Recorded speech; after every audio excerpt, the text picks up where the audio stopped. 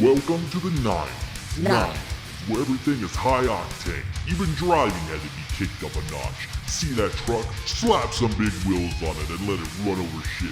Call it a monster truck. See that car? Give it a shitty paint job and let it crash into shit. Destruction Derby. Gran Turismo? How cute. Let me strap some guns on the side and shoot shit. Yeah, that's better. God, I miss vehicular combat games. There was so many in the 90s and early 2000s, and then they just sort of died off, like all great things do. Now, most people think of Twisted Metal as the pinnacle of vehicular combat, and those were great games. Well, most of them. But those aren't the games I'm going to be talking about today. You see, every time I got 10 or 15 bucks as a kid, I would go straight to my local Rhino video game store and dug through that sales bin, baby, full of forgotten games, and they're usually forgotten for a good reason. But sometimes, just sometimes, at the bottom of the shit barrel, there would be gems like the one I'm gonna present to you today. So, without further ado, it's time to pull out my Scooby-Doo CD wallet circa 1998 and flip to the vehicular combat game I don't hear enough of. Rogue Trip Vacation 2012.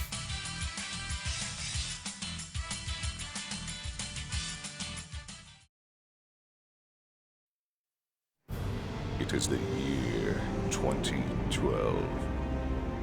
The world is crumbling into a new dark age. Disease and poverty run rampant in a world scourged by desolation, pollution, radiation, and despair. But hey! Don't let that spoil your day. Take a vacation! Are you literally dying to go on vacation? Well, now's the time to make your dream come true with a luxurious visit to one of Big Daddy's vacation wonderlands. By the sweat and blood of those zany, wacky, oppressed lower classes, Big Daddy's made his little paradises shine like gemstones amidst the teeming crud of our sad little dying world. Aren't you glad you can afford it? So call now. Operators are standing. Hey losers, need a vacation? Can't afford one of Big Daddy's snob fests? Don't despair, fight back. Hire an auto mercenary. These professional party crashers will hijack you on a high-speed, high-thrill, totally unauthorized vacation deep into the very heart of Big Daddy Land. And at a fraction of the cost. Our tricked-out battle rigs are fully loaded attack vehicles, armed to the teeth and ready for anything Big Daddy can throw at us. We fight the fights so you can see the sights. This has been a totally illegal, unpaid announcement for the Amalgamated Association of Auto Mercenaries. We now return you to your regularly scheduled crap!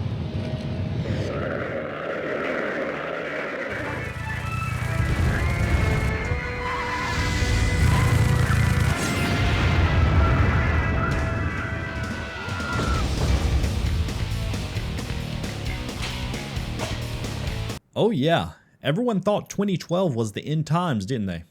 Because of the Mayan calendar or something? People are dumb. This is an interesting concept for a game though. The world is destroyed, so this Big Daddy dude is selling you the experience of how the world was before the apocalypse for thousands of dollars, complete with fake beaches, fake mock-ups of the White House. God, I hope the girls aren't fake too. You know, I always wonder with these games that's set in the near distant future, how accurate they're going to be when we actually get to that year in real life. Like with Cyberpunk 2077. 2077 isn't that far off. Are we going to have augmentations, be overran by corporations, and run around with dildo bats? Only time will tell. I'm glad the world didn't end up like this in 2012 though. Well, kind of. We get to play as one of 11 mercenaries and pick up tourists to blast our way through Daddy Land because screw Daddy and his land. The 11 cars you can drive are pretty unique, ranging from a cyber cowboy with explosive arrows to a psychotic chef that waxes weenie to a devious nun that just wants you begging for mercy. You can press circle to get more information about them, like their stats, special abilities, and it gives a little bio and a bit of backstory for each driver. I was impressed by how different each driver feels with their car designs and personalities. I've only shown you a few, but every driver is just as wacky as the next. You even get a pretty good voice acting clip after selecting the driver you want to play.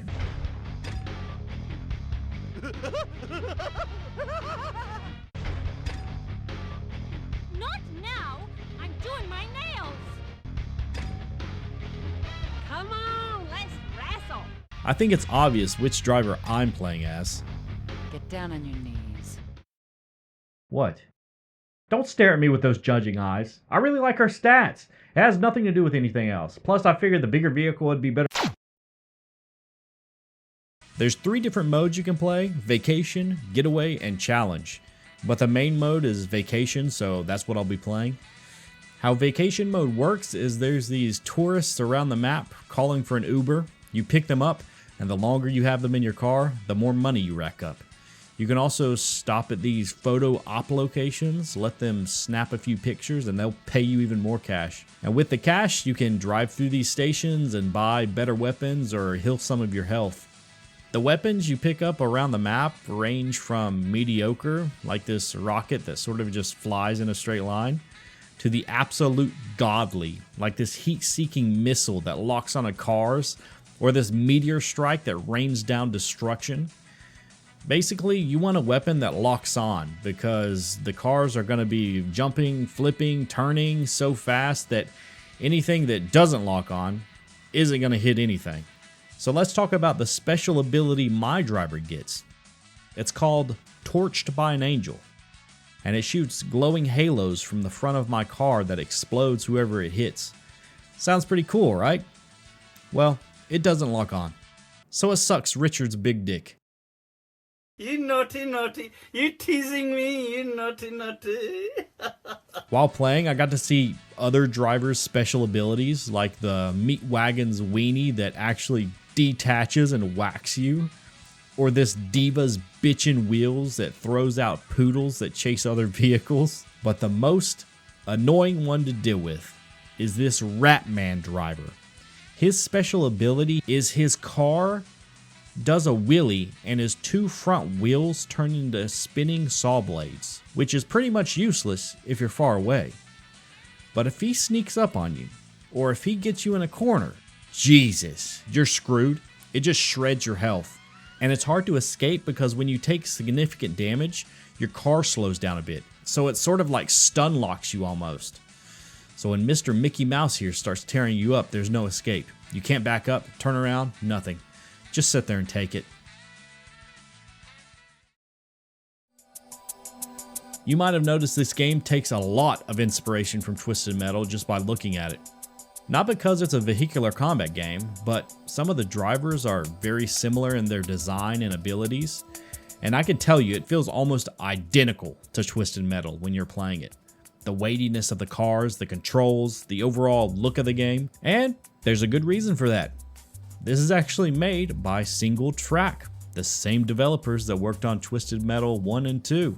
So that begs the question, why make a game so similar to Twisted Metal and not just make another Twisted Metal game? Well, after Twisted Metal 2 was released, Single Track wasn't happy with the contract they had signed with Sony and got into a dispute claiming they weren't getting paid enough money for the work they were putting into these games. This dispute caused a lot of friction inside Single Track. One thing led to another. Some key members left the studio like Scott Campbell and Kellen Hatch. So after all that went down, Single Track was dropped by Sony and was purchased by GT Interactive. But with Sony still owning the rights to the Twisted Metal name, Single Track of course couldn't just name it Twisted Metal. They had to think of another name. And that name was Rogue Trip Vacation 2012. It doesn't quite roll off the tongue as well as Twisted Metal, but you know. Apparently a lot of work on Rogue Trip was finished before the dispute with Sony, so this game would have been Twisted Metal 3 if Sony hadn't have dropped them. That sort of explains why the actual Twisted Metal 3 kind of sucked in a lot of the fans' eyes. But let me tell you, their newfound freedom away from Sony really shines with these damn levels.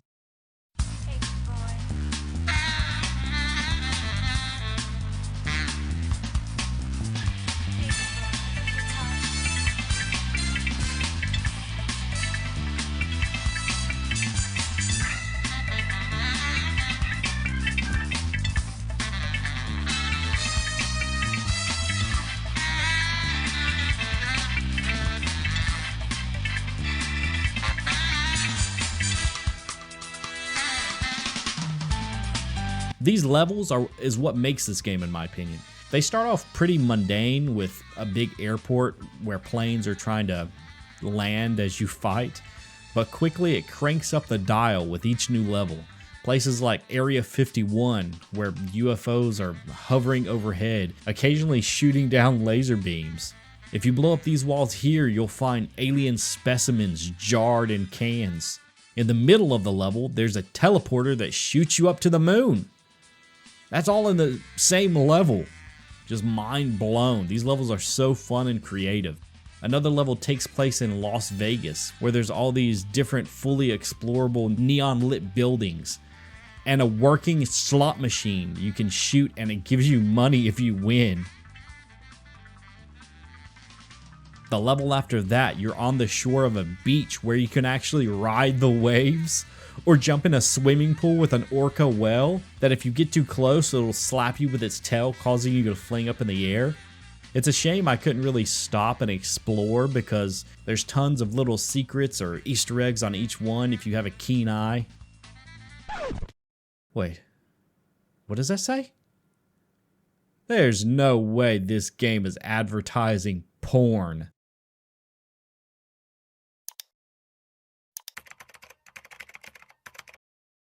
Okay. It's a skateboarding team. Well, while we're here, why don't we see what the spokesman of Team Pornstar has to say for himself? Hey, Kron, he's going to tell us about his Pornstar skateboards that he has here.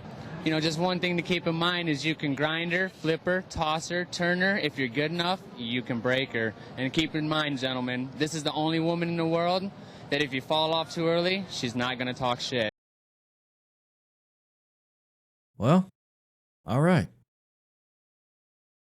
Between the levels, there's these little mini games that allow you to rack up cash and earn an extra life. One is at a carnival and you get to cause as much destruction as possible. Another is a shootout with other cars in an old western town. I'm telling you, you never get tired of these levels. They're so varied and there's a lot of replayability here since there's so many secrets and you can destroy pretty much anything. Sometimes destroying a building or pillar will allow you to get to a new part of the level you never even realized was there in the first place. Lucky for you, you'll be replaying these levels a lot because, dear God, it can get tough sometimes.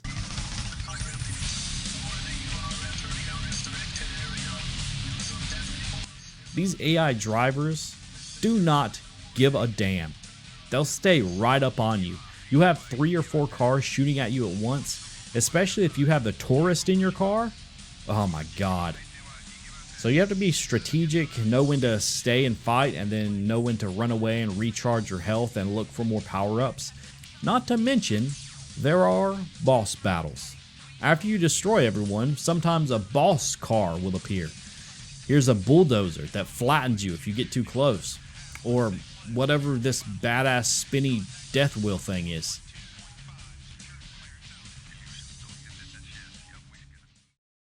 Alright, now we've talked about how amazing the levels are, but this music? The soundtrack of this game is right up there with the levels. Without this soundtrack, the game wouldn't be the same. GT Interactive actually got real bands' songs on here. Take a listen to these bops. Alright, let's go.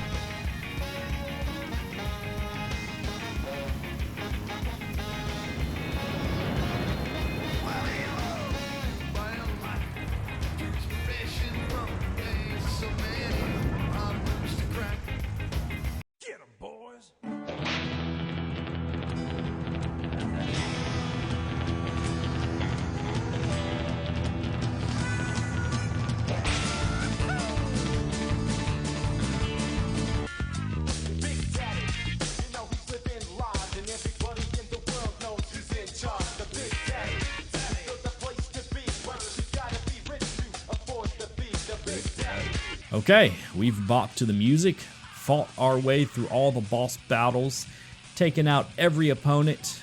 What's the final fight? With Big Daddy himself, of course. And Lord, is he big. He showed up in a huge ass mech suit. This is a dope boss fight. Well worth the wait. It's just him stomping the ground, making it shake while you weave through the buildings, trying to make some distance between you and him and grab some power-ups. And Big Daddy just destroys the buildings like he's Godzilla or something. The battle was so fun, but he is tough. He's got a big health pool. He also has 3 different phases. Once his health is low enough, his top half breaks off and he turns into like this flying pod. And then after you destroy his pod, Big Daddy is revealed in all his glory. Damn, he is extra large and in charge. So after a while of struggling, we finally take his ass down.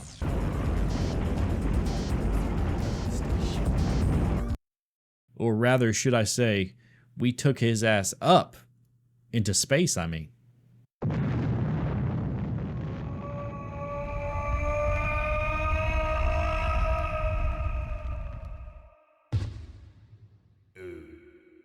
And with that, we have won the tournament. We were rewarded with a trophy with a cheat code on it. This is so cool. I can't think of any other game that just gives you a cheat code in the ending cutscene of the game. That's a big incentive for players to replay the game on each character to get a new cheat code. If you were wondering what the cheat code I got was, it was double pickups. So whenever I pick up a power-up, I get 2 of them instead of 1. Damn, what a game this was. I played this when I was a kid, but I never beat it. Now I wish I would have. This is what people miss about games. Some games might not have been the best back then, but they had soul, personality, uniqueness. They weren't afraid to try something new. Games today, I feel like, just try to push graphics in our face and follow trends, that they forget about making the game entertaining and something, maybe no one else has seen before. I'll take a unique, fun experience over graphics any day.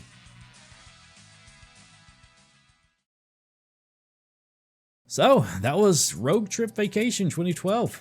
What'd you think? I'm curious to hear from the hardcore Twisted Metal fans. Did you know about this game? Was it pretty popular back in the day? I feel like I barely hear anyone put any respect on old Rogue Trip. I always hear about Twisted Metal or Vigilante 8. So let me know in the comments, and until next time, peace out, bastards.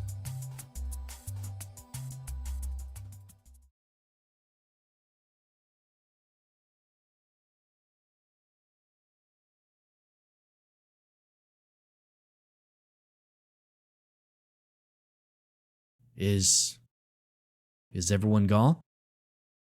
Hey, I see you. The video's over. Get out of here.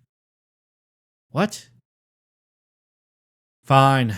Jimmy, turn the lights back on. Since you stayed until the very end, I guess I'll show you a little secret. So, if you load up the Area 51 level, grab the remote control mines power-up. Make sure you've got them upgraded to the max. And once you do that, you head over here to this crashed UFO in the corner of the map. Place a mine just on top of it. It's kind of a little hard to get the angle right because the mine does kind of bounce after you shoot it out of your car. But just make sure it's relatively close to that crashed UFO. And then take that teleporter up to the moon. Once you're on the moon, detonate the mine.